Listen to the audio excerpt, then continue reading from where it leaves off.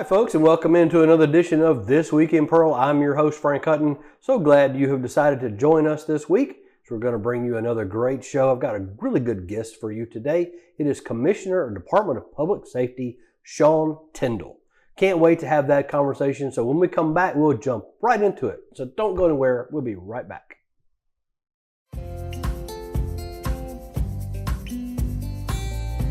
Hello, I'm Mayor Wyndham, and I'm thrilled to show you the city creating its own future. Pearl is located in Rankin County, the fastest growing county in Mississippi, and there's no question why. Access to great schools, even better shopping, and unbridled beauty make Pearl a town that truly embodies its name. And with a truly exceptional team of first responders, public safety is another key component of our success. With fantastic housing opportunities from quaint suburban neighborhoods to gorgeous lakefront properties, there's a place for you here in Pearl.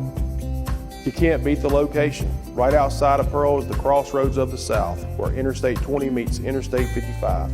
From here you can travel anywhere within the state or the country. Or you can choose to stay right here in Pearl or experience the small town atmosphere, community pride, and heart of the local residents.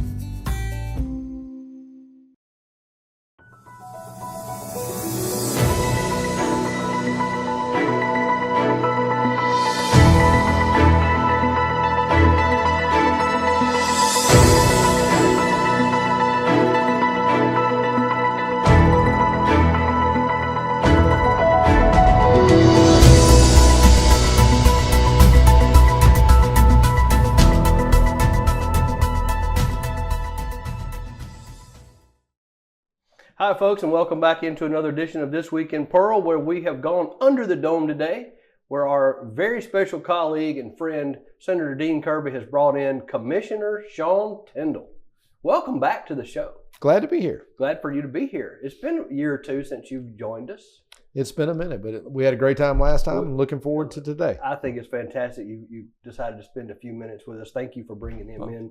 I'm honored. Very much so. I'm honored as well to have you as a guest. All right, so we've had you before, but it's been a few minutes. So I kind of want to update our audience a little bit about who you are and where you're from, who's mama and them, all that nice good stuff. So I have a little bit that I did a little research on you. You're from Gulfport. That's right. Mississippi. You still reside there. I do. You still reside there. I want to make sure that I have that right. You went to Gulfport High School.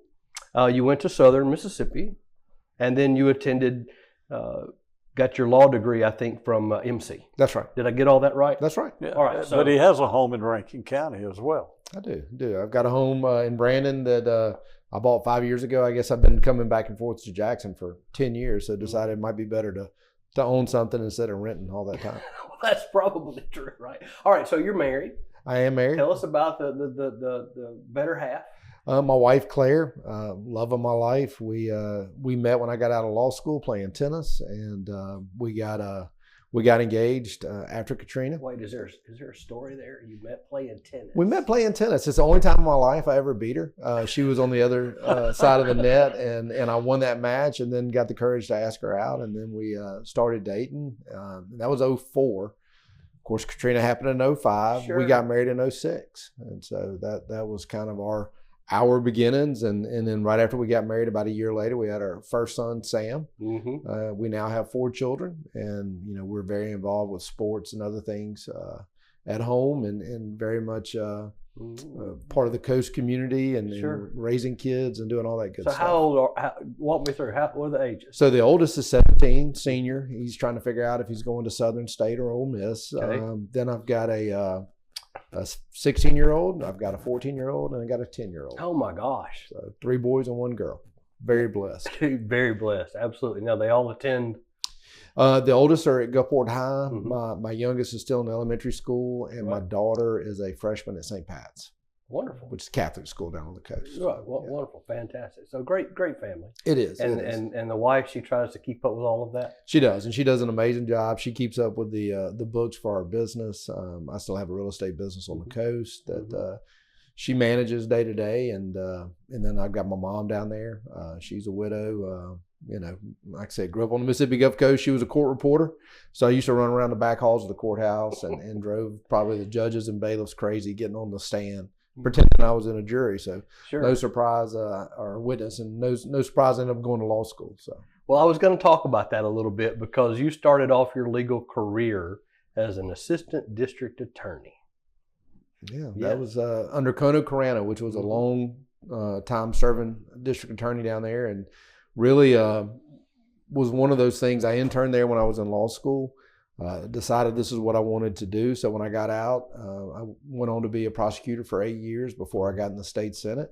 And I think that beginning my career as a prosecutor was a great foundation for the work I was able to do in the state Senate, and then of course Court of Appeals, and now doing this job. All those things ended up being a great foundation for this job, and I really don't know that I could have done it without every one of those stops that I made as a judge, a legislator, and as a prosecutor. So what was it about the law that interested you growing up? What was it? What steered you towards law school? There were several different things. Of course, my mom being a court reporter, being at the courthouse, being around lawyers, and just seeing what happened at the courthouse. And then when I got to law school, I really thought I'd be more of a business lawyer.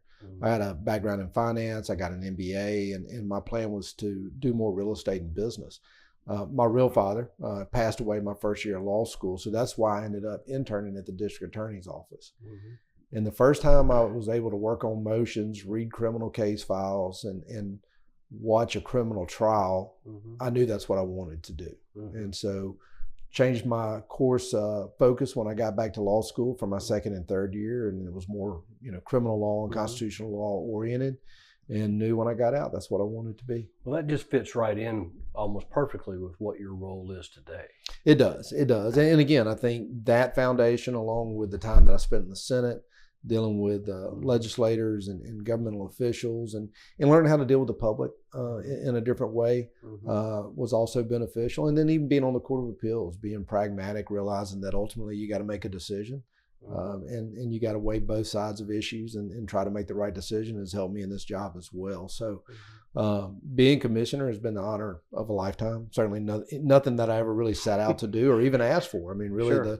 The governor called me in May of 2020 and told me he wanted me to be the commissioner of the Department of Public Safety, and I was shocked because it was not something that I wasn't on your bingo card, right? No, not at all. It wasn't anywhere close to on your bingo card. Not at all. I was very content at the Court of Appeals being a judge, and but I went and talked to my wife and I talked to my mom because I told the governor before I made that type of decision there was two women I needed to talk to first, and sat down around the kitchen table, had a big presentation about why I thought this would be a good move for me and our family and our state. And I thought it would take a lot of convincing. And a minute into the conversation, they both just kind of laughed and said, we knew you'd be doing something like this pretty soon. So yes, go ahead with it. Were you convincing them or were you convincing you? I think I was convincing me. They knew. They knew already? They knew where my heart was and right. Where ultimately I would be back, in a position like this. So. Sure. All right. So Department of Public Safety is a very large agency that you're responsible for. And we were off camera, I was kind of joking about this, but I was doing some research on what all you oversee. So y'all bear with me a minute because I want to make sure I run through this list. So Commissioner Tindell, you oversee, now y'all pay attention now, this is a lot. You oversee the Highway Patrol, obviously. But you have the Mississippi Bureau of Investigation, Mississippi Bureau of Narcotics, the Mississippi Law Enforcement Training Academy, the Capitol Police, Driver Services Bureau, Office of Homeland Security, Forensics Laboratory, State Medical Examiner's Office, the Commercial Trucking Enforcement, Crime Stoppers, and Public Safety Planning, to which I think I left a few out. So that's a laundry list of people, and that's 1,400 plus folks. It is, and it's a lot, and that's a lot of agencies. And just like anything like that, you got to have a great team. Sure. And I feel blessed to have just an excellent team at DPS that helps keep this moving forward and trying to make Mississippi safe. And that's why I say it's been the honor of a lifetime, is to be involved in all those different divisions that really people go to work for, not for themselves, but to make Mississippi safer and serve their communities. And so if it keeps me up at night, that's fine. I know it does them too, and I just want to be a good advocate for them. Well, I want to make sure everybody understands out there in the audience. That's a lot of moving parts, And I would say by far probably one of our more important agencies in the state because it deals specifically with law and order. I agree. And it's probably one of our most important ones. And help us understand, how do you wrangle this beast of that? What's a day in the life of Commissioner Tindell? How do you wrangle all of those in? Well, number one, again, good leadership team around me, and the admin assistants and my press secretary. Everybody kind of keeps me on schedule because it's meeting after meeting after meeting, and then it's reviewing strategic plans for the future. It is reviewing plans for some of the buildings that we're doing. I mean, it is a constant thing, and it really, that first weekend on the job back in June of 2020, of course, we're in the midst of COVID. Sure. There's protests against law enforcement nationwide and in Mississippi. Yeah. And I get home for the weekend. I'm like, okay, this is, as a judge, the time when you get to relax Friday, Saturday, Sunday. And I can't tell if they were messing with me or not, but I got calls at 2 a.m., 3 nights in a row. And I'm like, what is going on? And it hits you, the sacrifice that law enforcement officers make. Mm-hmm. Of course, I live on the coast, and we had Hurricane Zeta hit the coast that year. And for the first time, I'm not boarding up my home and properties, getting my family out of harm's way. I'm meeting with other first responders, coming up with plans. And that's when it really hits you, when we're all taking care of our houses, taking care of our property, spending time with family at church, tucking our kids in or getting them up in the morning. First responders are already out there. Hurricanes coming, you're taking care of all your stuff. They're taking care of getting ready for the result that could be coming. And so they're in meetings. When the storm hits, they're here. When the storm leaves, when you're trying to clean up, they're out there making sure nobody's stealing your neighbor's property. Mm-hmm. So first responders make a big sacrifice, and it's something, again, it didn't take me long to realize myself as an advocate, which I've been my whole career. I'm an advocate for my clients in the law practice, advocate for victims as an assistant DA, advocate for our constituents in the legislature, and now I see this job with me as commissioner as an advocate for first responders. Mm-hmm. So. And it's a lot. I mean, you would have to have, obviously you've got good department heads who oversee these agencies. How often do you have like big meetings with them? How often do y'all get together? We try to do those every quarter. Mm-hmm. I do believe that you can have too many meetings. Mm-hmm. Meetings just to have meetings. Meetings to talk just to have about meetings more don't work. Right. So, when you have these, you need to meet quickly. You need to have a purpose. I find it more efficient for me to meet with division heads directly and have those meetings versus big group meetings. Mm-hmm. If I've got MBI listening to the issues maybe that are going on over at the Driver Services Bureau, and Driver Service Bureau having to listen to the issues going on at the forensics lab, then somebody's getting some wasted time. Sure. So, when there are issues, I find it best to go meet with those individuals that head those divisions directly, instead of, like you said, just having the meetings to have meetings. Right. And so now my leadership team, my deputy commissioners and my colonels, we try to meet once a month as a group and just make sure we're relaying information amongst each other. Yeah, I mean, you've got 1,400 plus people that you're responsible for. That's a lot of budgets. What's the budget right now for your agency? So we have about a $200 million budget. 120 million or so is general funds, and the rest is special funds that come down through the federal government for various initiatives. So about $200 million. So it's a major organization. And one thing that makes the Department of Public Safety unique is we have 9 troop stations across the state. So we've got multiple offices. When you think about driver services, there's over 32 offices, 9 troop stations, 9 MBN offices. So we're spread out across the state. So it's not just dealing with what you got to deal with in Jackson. You got to deal with, the issues in Tishomingo County and DeSoto County, Warren County, Lauderdale. Everywhere. There's 82 of them. That's right. That's right. He gets things done. And I knew he would when he got the position because he did in the Senate, he did as an appellate judge, and I knew that he would there. Mm-hmm. And we were getting complaints at least, I would say, 4 or 5 days a week. We were getting complaints on the driver's license. People saying, I waited 3 hours. One guy told me I waited 4 hours, and then finally it was my turn. They said, come back tomorrow, we're closing. That type deal. We didn't never get a phone call anymore. He took care of that problem. It probably took him what, 3 weeks? No.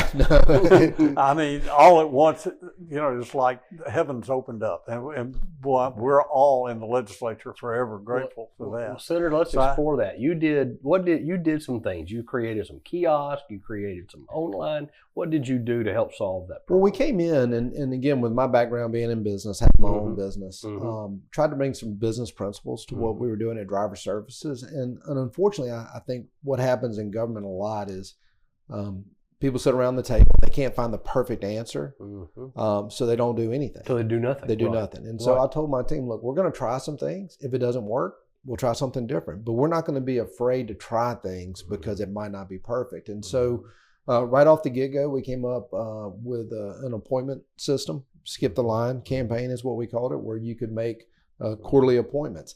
That had actually been in the works for a couple of years. It's just nobody could pull the trigger on it because they can never find the perfect answer for things. And I said, look. Or just afraid to, right? Yeah. So I was like, look, let's try it. If we need to spread it out, if we need to make them tighter, if there's things that we need to improve, we'll do it. But we're not going to let the fear of getting it perfect get in the way of progress. So that was a big step in the right direction. Working with our folks that work at the Driver Services Bureaus about customer service and how to be better, responders to the public and having service helplines and a customer service professional there at the door when you get in was a big step in the right direction. And then trying to shift as many things that we could online, I think was a big step, so that you can go in and renew your license online. You can renew your firearms permit just by downloading the application and mailing it to us. So all those things that we could do to reduce foot traffic at the stations help to improve our efficiencies at the stations. And in today's world, I feel like it's important when you look at your footprint, you can have this big physical footprint with 50 stations across the state. Or would we operate better having 30 stations across the state and having a larger digital footprint, one where we can service people where they don't have to actually come to our offices to get the services they need? Well, you mentioned that, and it's something that just kind of came to mind right now is digital ID. Do you see driver's licenses or state issue IDs maybe going that way? Because everybody carries one of these. And it's already there. The legislature, I think it was in 2021, mandated that we have a Mississippi mobile ID available to the citizens of this state. And now you can do that. You can go to the DPS website and you can download the app on your phone. If you do Mississippi mobile ID, you can carry your driver's license on your mobile device. And I will say, I do get a lot of credit. Again, it's the team at the Department of Public Safety that helped turn driver services around, and really the legislature who's given us the funding to do it, and have been innovative themselves with things like mobile ID, saying, Commissioner, we want you to do this. I was thinking even on the lines of being able to use this phone to take my picture, to update my picture for my driver's license and not even have to go to. And I think eventually we'll get there. One of the issues is fraud, and you want to make sure you minimize that. And so, but in the world of AI, if I take my picture, AI should be able to verify. Well, that's you. You're just 4 years older. Yeah. No, that's right. That's right. And I think we're going to see those evolutions. And as that gets there, you'll be able to do more on your phone device where maybe you don't even have to come in to a driver service stations anywhere. And then you think long term, how much does that save the taxpayers instead of running 32 offices across the state? That's where I was going. I mean, obviously, you still need some people to work. You need to be able to go in and speak to someone when you need them. I'm just talking about the digital world these days is just everything is condensed down to the Dick Tracy watch practically. So that's just kind of or the Get Smart phone where you talk on your shoe. But I mean, it's being kind of funny, but I would think that maybe in driver services that would be definitely an area. Absolutely, and it's really got to be that way across our entire agency. I mean, the impacts that AI can make for NBI and doing criminal investigations, or NBN and trying to identify exactly where narcotics are being sold and where your drug traffickers are. The innovations with artificial intelligence means that so much more data can be processed quicker for better results, and we have to embrace that. One of the things that I know is coming, if you look down the road 20 years from now, I'm not sure that you're going to need traffic enforcement and law enforcement like you do now. I'm probably going to get in my car and say, take me to Jackson, and it's going to drive the entire way. I know, right? So what does law enforcement look like without the traffic enforcement component? And what I've tried to instill in our folks is we need to be thinking about the future. We got to meet the demands of today, but I want to train a law enforcement for the future that can meet those demands, because we're always going to have bad guys. And I want the best of the good guys trained well to go get them. And it might not be a high-speed chase on the interstate, but it very well could be a high-speed chase over the internet using that keyboard to track down those that are trying to scam and steal money from Mississippians. And you have a large task. All right, so and the new building will help. And I was just fixing to get to that. You have a large task, which requires a lot of stuff, people being together. You built a new building. We have. We talked about it last time you were here about building the new building. Okay, that's so right. Now it's almost done. Now it's almost done. Tell us about it. We should be moving in December. It'll be the first time in the history of the Department of Public Safety that all of our divisions have been located under one roof, and that is a big improvement, not just for us, but for the entire state, so that your MBN and your MBI and your Homeland Security are all on the same floor in the same building, working together, sharing intelligence, sharing information, instead of working in separate silos like they do now. The Commercial Transportation Enforcement Division, or MDOT, if you will, that came over from MDOT. So your newest Highway acquisition. Patrol. That's right. They're going to be working hand in hand with Highway Patrol. Yeah. And so having everybody under one roof is going to improve efficiency a lot, because right now Highway Patrol is on Woodrow Wilson and Jackson. Right. MBN's down in Byram. Homeland Security is at MEMA. And Driver Services was across the street in another building. So everybody's been spread out. Sure. Now we're going to be working together. And where's that building? That is going to be in the beautiful Rankin County. Oh, I thought it was. And may I be out the in first, Pearl. And may I be the first one to welcome you to Pearl. Out in Pearl. And right across from our crime lab, right next to MEMA, right next to the Fire Academy, right down the road from the Law Enforcement Training Academy. Welcome so that's to Pearl. the other thing, is you're going to have all of Mississippi's public safety assets located within 1 square mile of each other. And that's a big benefit as well.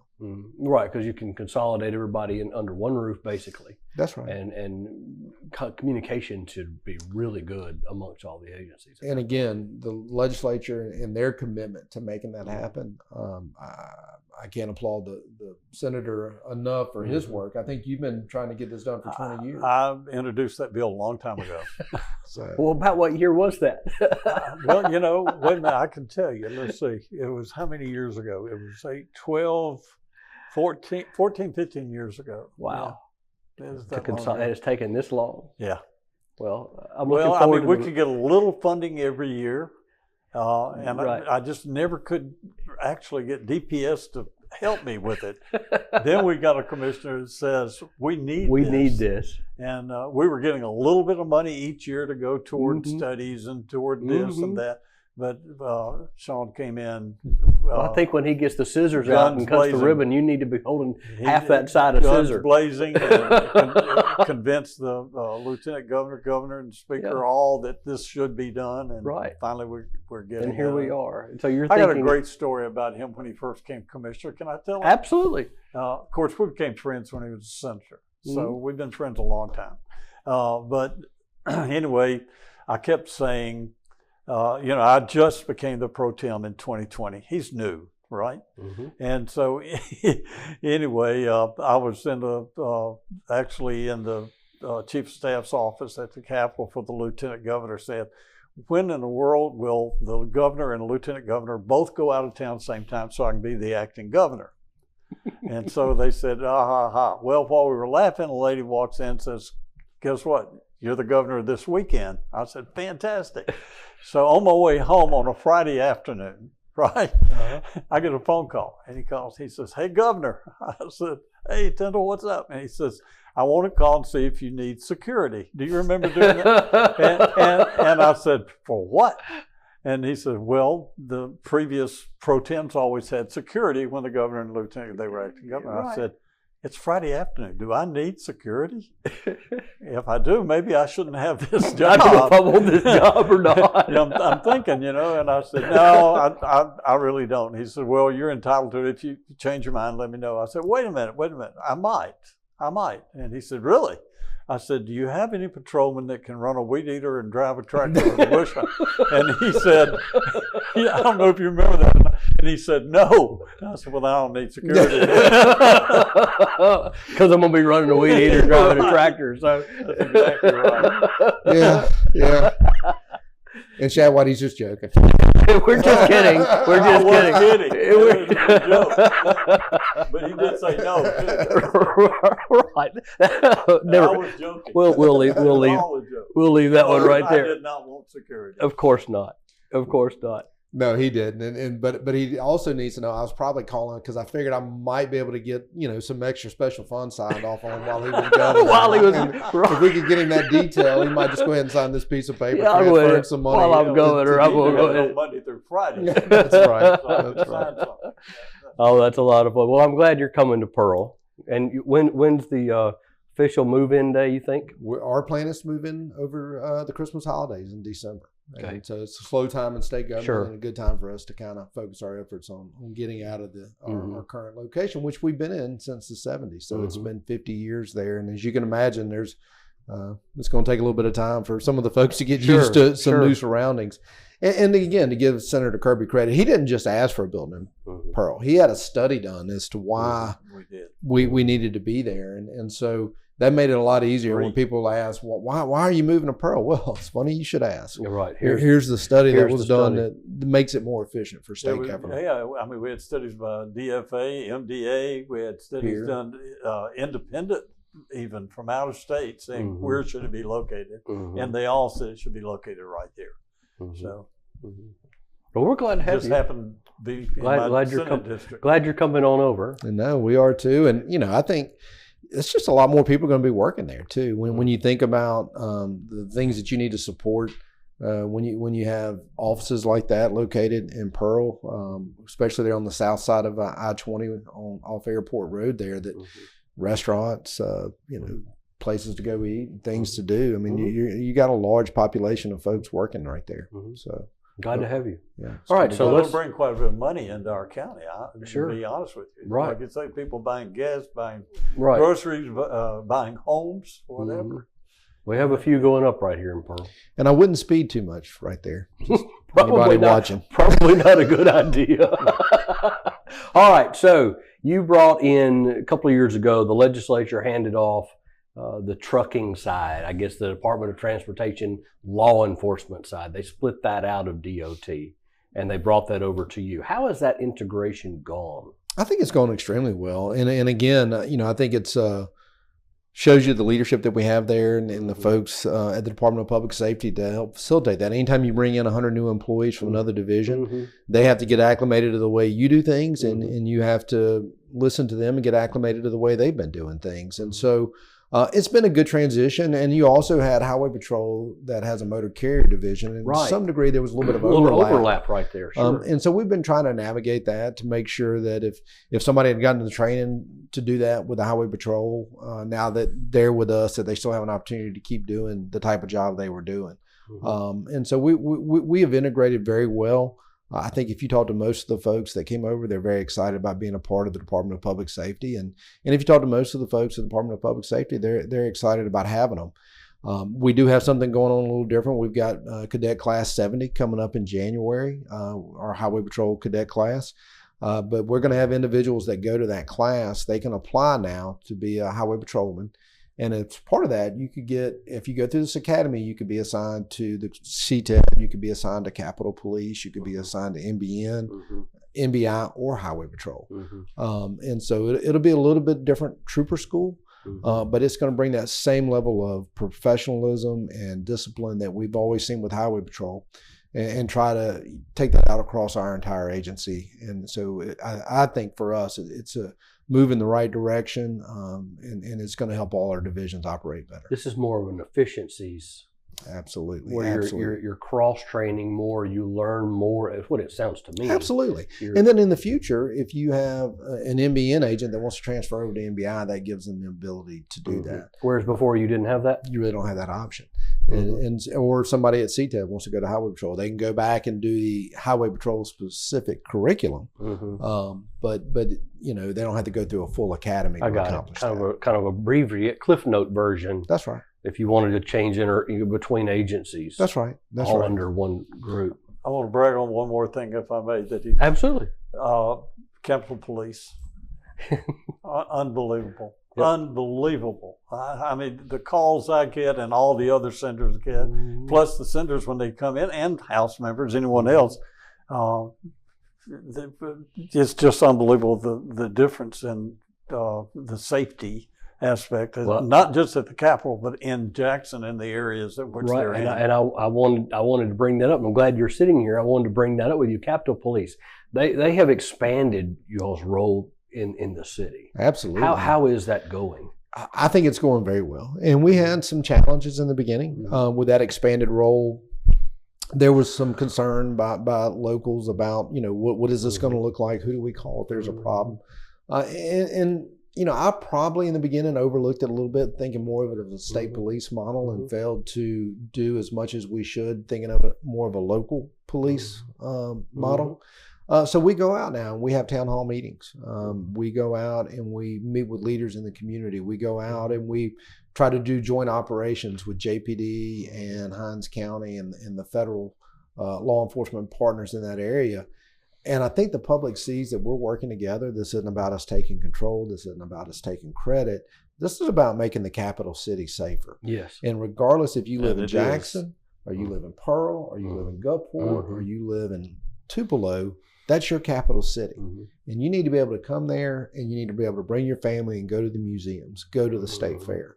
If you've got a matter at the Supreme Court or Court of Appeals and you're going to be there with your clients or your attorneys, you need to feel safe.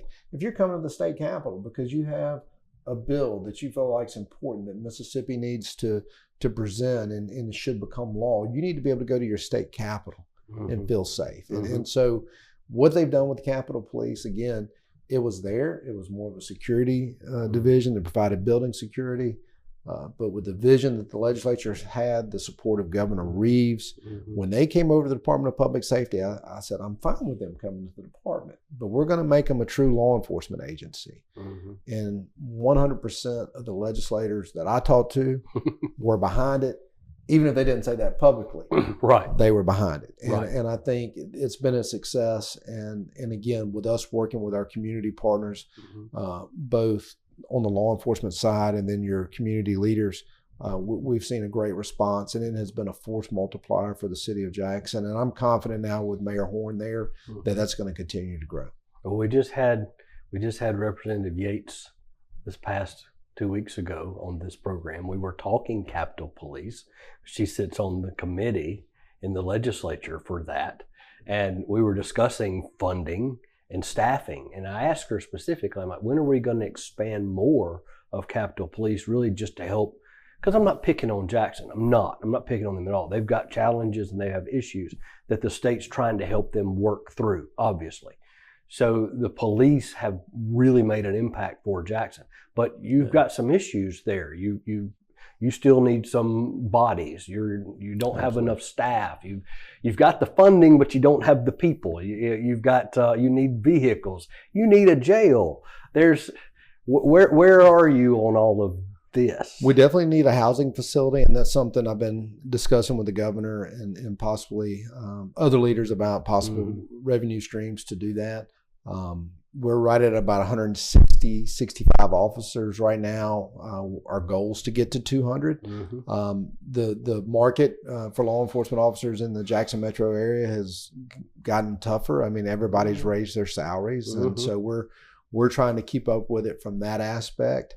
But I'm confident we'll get there. And that's one of the reasons why we're doing this new school is I'm hopeful that we can recruit individuals that are new to law enforcement, that haven't been anywhere else, to come and join the Department of Public Safety family. And then by being state troopers, they stay here for the long term. And that we have them for a 25, 30-year career with the Department of Public Safety, working at the Capitol, working at Highway Patrol, working at NBI and NBN. And because it is that important. And also looking at the future. We talked a little bit earlier about traffic enforcement and what does that look like in the future. And I'm trying to gear us more towards the state police model. So not only when the city of Jackson needs help, but when the city of Columbus needs help, or the city of Gulfport needs help, or your smaller communities throughout the state need some help, we can help more with the state police model. Makes a lot of sense. And Capitol Police has been a great kind of training or wrapping our heads around what that looks like. Well, they're doing a great job. When you're out recruiting, do you visit the college campuses? Do you go to the employment fairs, the things that are around? We do all those things. We have a recruiting team with Highway Patrol that does a good job of that, and we're looking to improve it. I think we got to change. Recruiting this younger generation is a lot different, when we were coming out, because I think we were just so happy to have a job, we'd have taken it anyway. Sure. They've got a lot of options. Right. Yeah. And so you got to go out and convince them that this is where they need to be. You do. I mean, here again, as I led the show off, you have a lot going on. I don't think people, you have to fully understand, really. They can't grasp, I think, the gravity of how many agencies we're really talking about here. I mean, it's a lot. That you have to keep right up here for like a guy like me just throwing you these questions like, okay, let me pull that out. So before I let you get out of here, because I've enjoyed our conversation a ton, I want to talk about something that your communications director started, which I think is what she's sitting off camera right over there. It's these Fast Friday questions. And it's really a neat thing because of your agency size. And you have so many employees that don't really know each other. It's going to be beneficial to be in one building.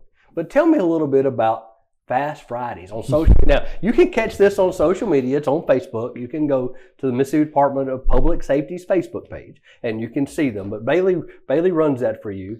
Yes. So tell me a little bit about Fast Fridays questions. So Bailey Martin's our press secretary, and she's done just an excellent job in that role. And she also runs much of our social media. And so, I've told her, please be innovative, come up with ideas. And she, she's taken that and run with it, literally with this DPS Fast Question Friday. And really the goal there is to not only let the public know more about us, but when you have 1,400 employees from one end of the state to the other, they get to know internally each other a little better, and our multiple divisions, as we try to have folks from the different divisions on there. And so it's really been a big hit, and I applaud her for those types of efforts and finding that type of innovation. And it's really something we try to do across the board at DPS under my tenure as commissioners. Let's be innovative, bring me ideas, and then run with it. And that was a new one. It was. And one of your questions was? What noise is a chicken make? Now, why would she ask you that? I mean, I don't know, but I can tell you, I got a 10-year-old at home, and he saw this little girl rapping up in Memphis, a DeSoto County girl, and I didn't realize it, but it's the chicken song or something like that. And so they love it because it goes bok bok in the background. And that was the noise I had to make. Figured out. That's a lot of fun, isn't it? It is, and it brings a smile to people's face, and everybody's talking about it on Monday and getting a good chuckle out of it. And it's such a serious thing, law enforcement. Sure it is. So it's kind of good to bring down those walls. Bring some levity into it a little bit.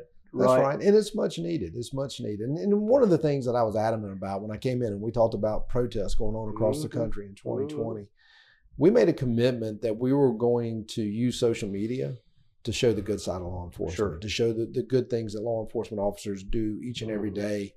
And to bring that just shows a little bit of who these people really are, these men and women. They're people like me and you. Absolutely. And they laugh and they feelings. They have, they laugh, they cry, all these things. That's right. And so it's a great thing to kind of bring down that curtain and let folks see, kind of the folks behind the curtain, if you will. Agreed. So what's on the agenda for next year? Well, we're going to be really busy. We've got a legislative agenda that we're going to be pushing forward that includes some consolidation, I think, at the Department of Public Safety as far as all those divisions that we have, so that maybe we can continue to operate more efficiently. I'm going to make a big push for better law enforcement salaries. I've been doing 81 counties in 81 days. We'll actually be, or 82 counties in 82 days.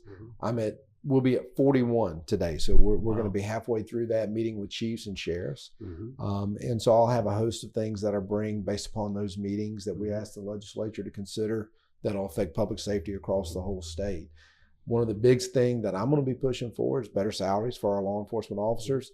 I got to brag on this city, Cleveland, Mississippi. Starting salary for a law enforcement officer in Cleveland, Mississippi, $61,000 a year. Wow, in Cleveland. That's right. 47 law enforcement officers. Wow. At Cleveland PD. What haven't they had in 18 months? A murder. Right. So when your city council and your city leaders make a commitment to public safety, those are the type of results you get. And so I'm going to advocate for that across the state and make sure that our city mayors and councils and our board of supervisors, as well as my friends in the legislature, understand the importance of getting good salaries for law enforcement officers so you can get good qualified individuals in those jobs and make our state safer. And when we get ours up, then the cities and the county get theirs up. They have to follow suit. That's correct. That's right. Or you lose good people. It's happened before. Yes. I'm sure it'll happen again, unfortunately, but that's okay. That's okay. It makes your community safer. It does. So that sounds like a good legislative agenda. I think so. Will you come back after you get in your new building? Or maybe we'll come to you. We'll take a tour. And there you go. Would love to do that. You can show us around. And would love to do that. Because, one of our goals there is to have a statewide real-time crime center. I know my chief of staff, Alan McDaniel, has been working on that. And when we do that, if there's a shooting incident that happens anywhere in the state, we'll be able to track that in that real-time crime center. With all the LPR cameras we have across the state, we'll be able to track if somebody's been kidnapped from jurisdiction to jurisdiction, where they're going. And so I would love to show y'all that. And again, implementing technology into what we do to make Mississippi safer. Sounds fun. It is. I'm looking forward to it. Thank you for bringing him, Senator. Oh, look, like I said in the beginning, I'm honored. I am too. Thank you, Sean. Thank you. Appreciate you being here. Looking forward to a good next year. Absolutely. And moving into your building. Absolutely. Thank you very much. So y'all don't run off. When we come back, we're going to talk about what's going on in the city of Pearl this week. So we'll be right back.